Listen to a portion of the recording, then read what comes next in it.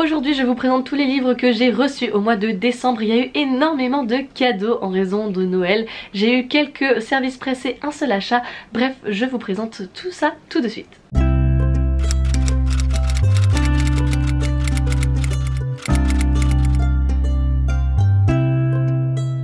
Vraiment je m'excuse pour cette voix qui risque d'être un petit peu agaçante. Je suis malade mais j'ai trop envie de filmer cette vidéo.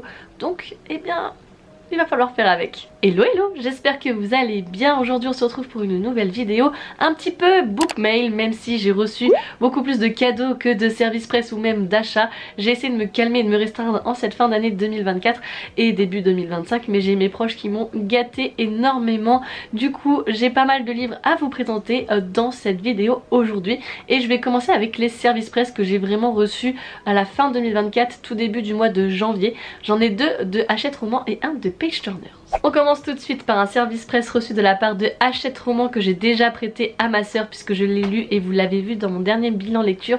Il s'agit de Le cœur est comme la neige de Erin Doom. C'est donc l'autrice du Fabricant de larmes et c'était donc une romance un petit peu hivernale. En tout cas la couverture donnait envie, ça donnait vraiment cette ambiance très hiver voire presque Noël, sauf que eh bien pas du tout. Dans cette romance contemporaine nous allons suivre Evie qui va devoir quitter le Canada après le décès de son père pour venir s'installer dans la maison de son oncle adoptif, puisque du coup c'est juste le meilleur ami de son père. Mais elle ne vivra pas seule étant donné que le meilleur ami de son père a également un fils de son âge. Elle va devoir le côtoyer, sauf que lui la déteste dès le début. Vraiment il n'y a aucune raison, ils n'ont même pas échangé un seul mot, mais il la déteste au plus haut point. Donc elle va devoir le faire avec lui et essayer de vivre une nouvelle vie. Mais il se pourrait que les secrets de son passé ressurgissent et qu'il la menacent elle ainsi que son nouveau foyer. Elle va donc mener une enquête et on va découvrir que son père a de nombreux secrets qu'il ne faudrait pas révéler.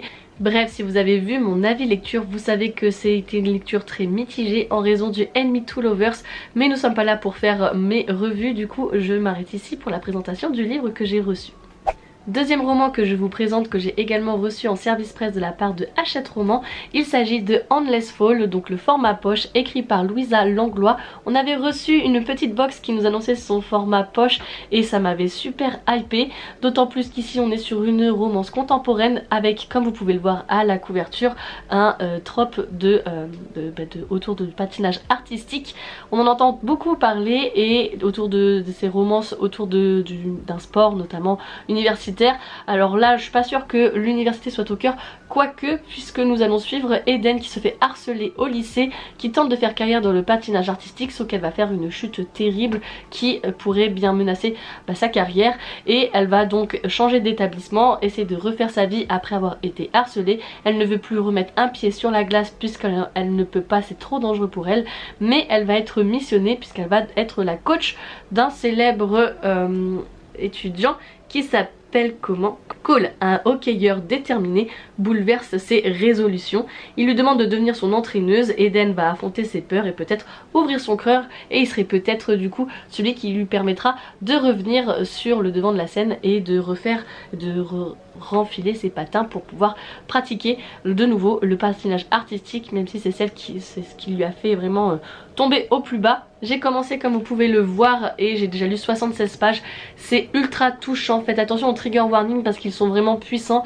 C'est un sujet qui est très sensible pour moi et qui fait ressurgir un petit peu des traumas, donc c'est que c'est extrêmement bien écrit, c'est très juste dans l'atrocité qu'elle vit au tout début de ce livre, et vraiment ça me donne envie de poursuivre, et je pense que là c'est très prometteur et ça risque d'être une petite pépite. En tout cas on n'en entend que du bien sur les réseaux sociaux, alors je vais poursuivre ma lecture parce que vraiment je suis à fond. Dernier service presse et il nous vient du book club Page Turner. C'est une sortie du mois d'octobre mais il y a eu des retards de livraison et donc je l'ai reçu qu'en fin d'année 2024, mais je suis toujours autant excitée et hypée par ce livre, d'autant plus depuis que je l'ai reçu, puisqu'il s'agit donc de ce roman un peu graphique, Destin de sorcière, écrit par Solène Cornec et illustré par Aline Bureau, et nous allons suivre 15 destins de femmes qui ont été considérées et accusées de sorcellerie dans l'Occident.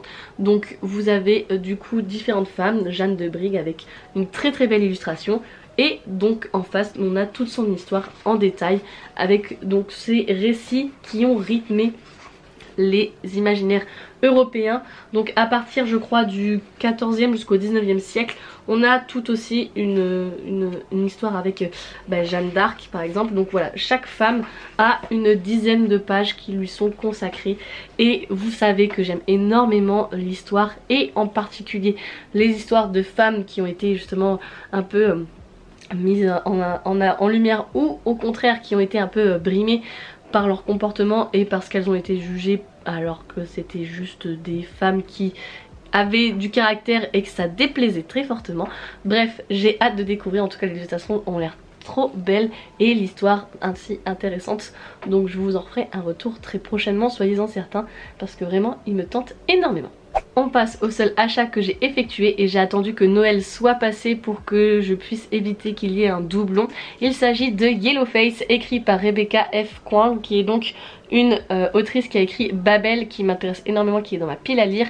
Et j'ai entendu beaucoup de retours positifs et mon ami Théo m'a convaincu de le lire. Il m'a dit que c'était en rapport avec tout ce qui est le monde de l'édition, de l'écriture et que ça me plairait énormément. Alors évidemment j'ai craqué, je suis allée le chercher en hardback avec un très beau jaspage. Il est un petit peu cher pour ce que c'est puisque du coup il est à 26,50 € il me semble, non 26,90 € et il y a quand même peu de pages par rapport au gros pavé qu'on peut retrouver. Sans mauvais jeu de mots, avec la couverture, il me faisait de l'œil depuis plusieurs mois, en fait depuis sa sortie. J'avais été en librairie lire son résumé et ça m'intéressait énormément, mais j'attendais d'avoir des retours dessus. Ils ont été très positifs, alors ça n'a que fait confirmer mon envie de me le procurer. Donc j'ai attendu la fin de l'année pour le faire et je vous avoue que je me rappelle même plus du résumé, mais j'ai envie de me le garder en suspense. Donc si jamais ça vous intéresse, je vous laisserai vous informer sur ce résumé, que ce soit dans la barre d'infos avec les liens que je vous aurai mis pour pouvoir aller donc savoir de quoi il est question dans ce livre. Mais moi je garde la surprise.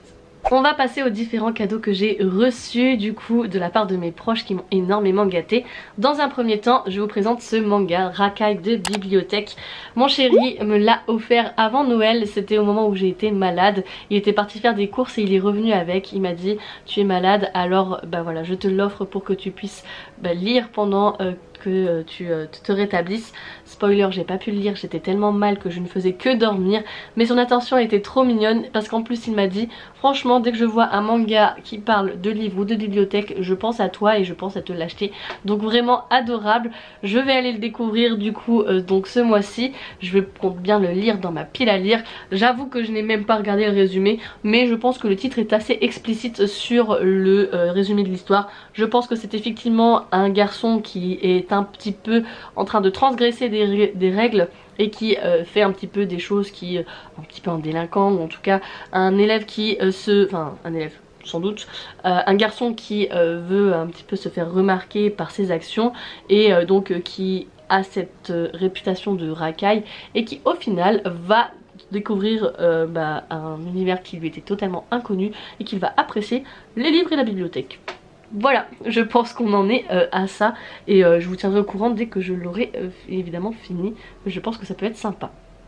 En parlant de manga, mes amis Rémi et Julie du compte Sherin Ford Books et Juju Lecture qui m'en ont offert un pour Noël. Il s'agit de Chat des rues et c'est évidemment un manga qui va parler de chats et d'aventures de chats à travers la ville.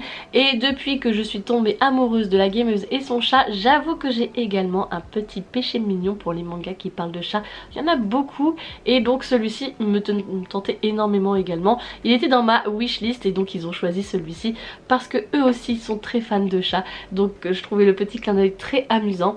Je suis impatiente de le découvrir, il faut que je le regarde si il y a beaucoup de mangas par la suite, je suis pas sûre mais je crois qu'on est déjà sur 6 mangas, enfin 6 tomes déjà sortis, donc je vais essayer de rattraper mon retard incessamment sous peu. Ça risque d'être mignon et assez drôle parce que vraiment les chats ils nous font toujours plein d'aventures rocambolesques, j'adore ça. Ensuite j'ai eu la surprise de recevoir un colis de la part de Harry, donc la chaîne Arvandor, et il a choisi dans ma wishlist un sublime objet livre.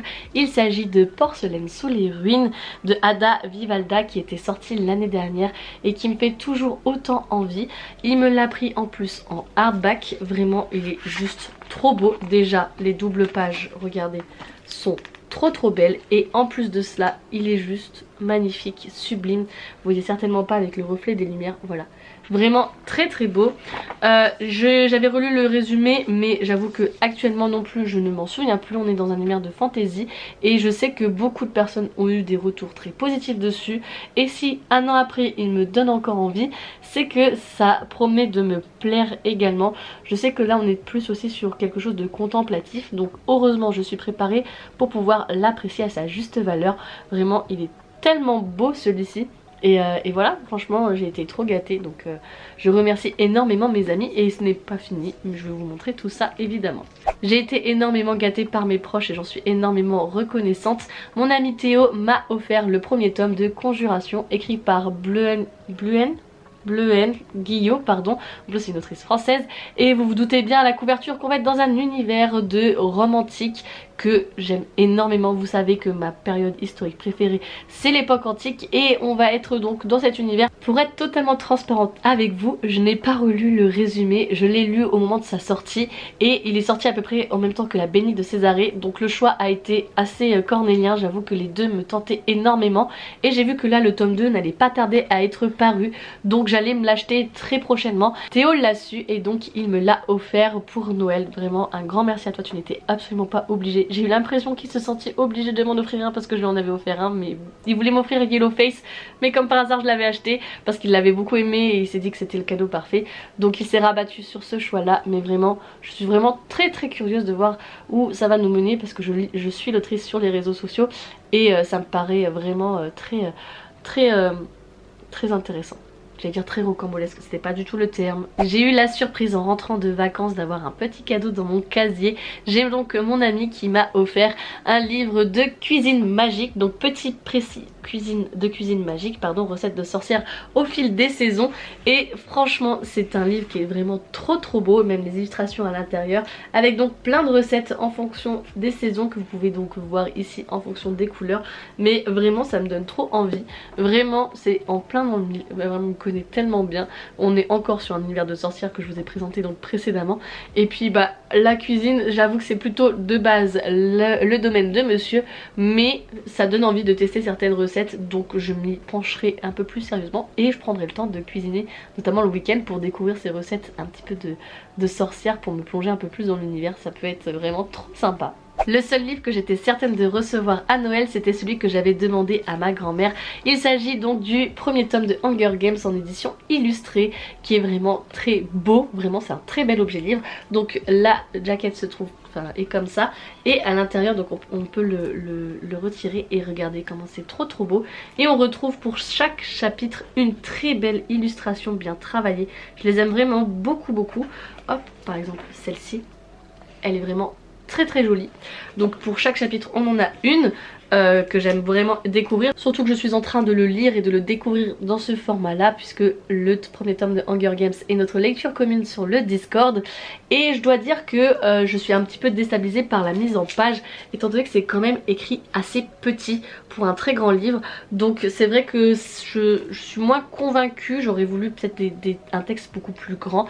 Les illustrations sont vraiment sublimes, je vous l'accorde, elles rajoutent un petit plus, un petit charme, mais je pense que je préfère le format roman et que c'est pas non plus un indispensable à avoir dans sa bibliothèque. Mais c'est vrai que souvent les livres étaient scellés dans les librairies, donc on n'a pas pu voir, pas pu feuilleter à l'intérieur. Peut-être que si j'avais pu le faire avant, je ne l'aurais pas forcément demandé. Quoique Hunger Games, c'est une saga que j'aime tellement que je voulais l'avoir également parce que je collectionne aussi les différents collectors, etc. Donc je pense que je finirai quand même la saga. Et le dernier livre que je vous présente de cette vidéo est également un cadeau que j'ai pu m'acheter avec une carte cadeau. J'ai donc sélectionné un très beau livre d'histoire. Il s'agit de celui-ci, Les femmes dans la mythologie, écrit par Jean-Baptiste Rendu, publié donc par National Geographic. Et on est sur un livre d'histoire que j'aime vraiment énormément. Donc on va vraiment balayer toutes les femmes qui ont été dans toutes les mythologies. Je vous mets là le sommaire, donc on va suivre la Mésopotamie, le Proche-Orient, l'Égypte, la Grèce, nordique, le pays du Maghreb, l'Amérique, l'Océanie, l'Asie, etc. Et donc pour chaque lieu on a cette première double page Ensuite on a cet arbre généalogique et les liens qu'il y a du coup entre les différentes divinités pour qu'on puisse se repérer. Et enfin après nous avons donc des doubles pages avec les explications historiques et ensuite des œuvres d'art, que ce soit des peintures, des statues, etc.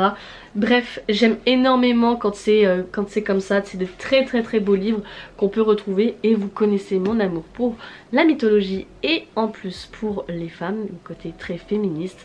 Donc je suis vraiment friande de ce genre de livre, étant donné qu'on remet en lumière le rôle des femmes dans l'histoire. Et là, dans les mythologies, je vais vraiment adorer. Je ne pouvais pas faire un meilleur livre pour me plaire. Et donc j'hésitais entre deux hardbacks ou un beau livre d'histoire. J'ai finalement choisi le beau livre d'histoire et je pense que je ne regrette pas parce qu'il est vraiment sublime. Et j'ai très hâte de me plonger dans ces différents récits historiques féminins. On peut dire que j'ai été énormément gâtée en cette fin d'année. N'hésitez pas également à me faire part de vos retours si vous avez lu les livres que je vous ai présentés ou si vous avez été gâtés à Noël. N'hésitez pas à me dire ce que vous avez reçu. Je vous remercie énormément d'avoir regardé la vidéo jusqu'ici. Si c'est le cas, n'hésitez pas à me mettre l'emoji avec les ongles qui sont faits avec le vernis, puisque donc le dernier livre que je vous ai présenté parlait de femmes et j'ai pas voulu mettre quelque chose en rapport avec l'Antiquité parce que je vous demande toujours des emojis en rapport avec l'Antiquité. Donc pour changer, j'ai mis, je vous suggère cet emoji avec les ongles. Voilà, c'est le seul qui m'est venu en tête rapidement. J'allais vous dire mettre un emoji femme, mais c'est trop large, donc j'ai essayé de faire plus précis. Bref, j'espère que cette vidéo vous a plu. On se retrouve très vite sur la chaîne pour plus de contenu livresque. N'hésitez pas à me rejoindre sur les réseaux sociaux et on se dit à très vite pour une nouvelle vidéo. Et surtout, n'oubliez pas de vous évader. Ciao ciao.